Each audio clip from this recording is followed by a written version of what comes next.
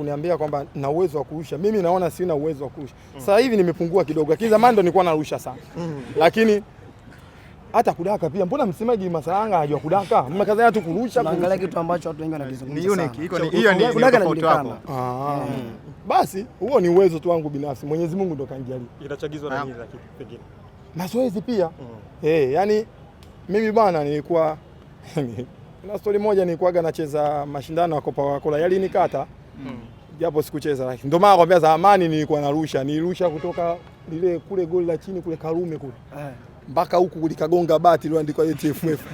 Ndio hapo wakanitoa wanaambia huyu mkubwa huyu. Kumbe wala ilikuwa nani? Ndio yani zamani ndo nilikuwa narusha sana, lakini sasa hivi nimepunguza sababu sijui labda umri unaenda sijajua.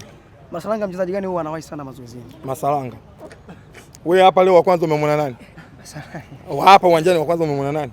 Mimi lazima niwahi. Anachelewa. Anachelewa? Baka. Subiri hapa. Si utamwona yuko wapi Baka? Unamuona Baka?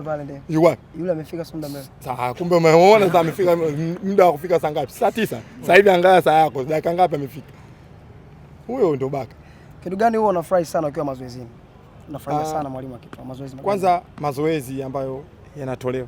Unajua huko tofauti na huko nilipotoka. Mazoezi sio masiala huko. Huko ndo yamezidi sana. Huko amezidi kwa sababu una level jinsi uliokuepo. Sababu hizi timu kubwa hizi lazima upate ushindi. Yaani unafanya mazoezi yani yana pia ya ziada. Kwa hiyo hivyo. Mpaka kufika sasa Masalanga yupo kwenye uzo wa wananchi. Ni tukio gani ambalo anasema kwenye kare yangu ya soka mpaka kufika sasa hivi siwezi kulisahau? Baya au zuri? Tuanze na zuri. Kwanza kufikisha timu ya taifa.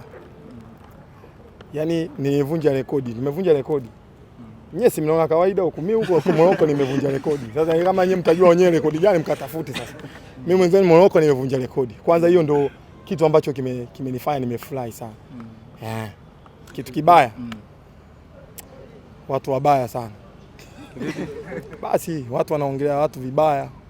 Kitu kinakata. Kuna mtu mmoja aliongelea, sio jambo zuri kuongea kwenye media, lakini Mungu huwa anapanga kila kitu.